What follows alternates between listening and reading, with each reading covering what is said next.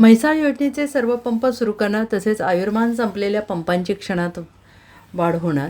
विस्तारित योजनेद्वारे जतमधील गावांना पाणी देण्याचे नियोजन केले जाणार. 8 दिवसात अहवाल. जलसंपदा मंत्री राधाकृष्ण विखे. आमदार सुरेशभाऊ खाडे यांच्या मागणीनुसार म्हैसाळ उपसा सिंचन योजना सुरू करण्यात आलेले. सुरुवातीला या योजनेतील 14 पंप सुरू केले होते, मात्र आता सर्वच पंप सुरू करण्याच्या सूचना देण्यात आलेल्या आहेत, अशी माहिती जलसंपदा मंत्री राधाकृष्ण विखे यांनी दिली आहे. म्हैसाळ योजनेची पाहणी केल्यानंतर मंत्री राधाकृष्ण विखे हे पत्रकारांशी बोलत होते. त्यावेळी आमदार सुरेशभाऊ खाडे, आमदार गोपीचंद पडळकर, माजी खासदार संजय पाटील, ज्येष्ठ नेते दीपक बाबा शिंदे, राजेंद्र नागरगोजे, बेडकचे सरपंच उमेश पाटील, सरपंच तानाजी धनंजय कुलकर्णी, फारुख जमादार उपस्थित होते. पावसाअभावी आणि धरणांमध्ये पाणीसाठा कमी झाल्यामुळे गेल्या महिन्यात परिस्थिती गंभीर निर्माण झाली होती. मात्र सध्या वारणा आणि कोयना धरणांमध्ये 60 ते 70% पाणी उपलब्ध आहे. परिस्थिती सुधारणा झालेली आहे. या पाण्याच्या माध्यमातून तलाव आणि बंधारे भरून घेण्याचे नियोजन करण्यात येत आहे. म्हैसाळ योजनेतील अनेक पंपांचे आयुर्मान संपलेले आहे. जत तालुक्यातील आणखीन 25,000 हेक्टर क्षेत्र सिंचनाखाली आणण्याचे उद्दिष्ट आहे.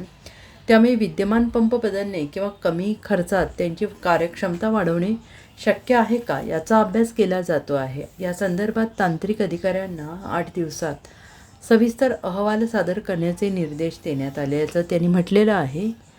अहवालानुसार पुढील निर्णय घेऊन योजनेची क्षमता वाढवण्याचा प्रयत्न केला जाईल, असंही त्यांनी म्हटलेलं आहे.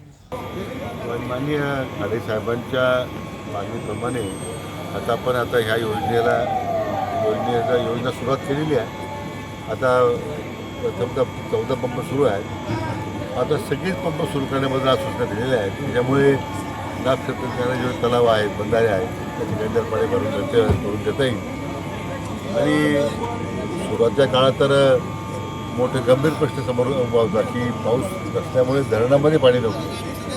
आज आता कोयना धरण जवळजवळ 70% जास्त भरलेलं आहे. 60% पर्यंत आता वारणा गेलेला आहे. मला वाटतं असा जर इन्फोगाळ पाण्याचा तर धरण लवकर भरतं. आता आज म्हैसाळच्या योजना पाण्यात हेतू एवढाच आहे की इथले जे आता पंप बसवलेले होते त्यांचं आता आयुर्मान संपत आलेलं आहे.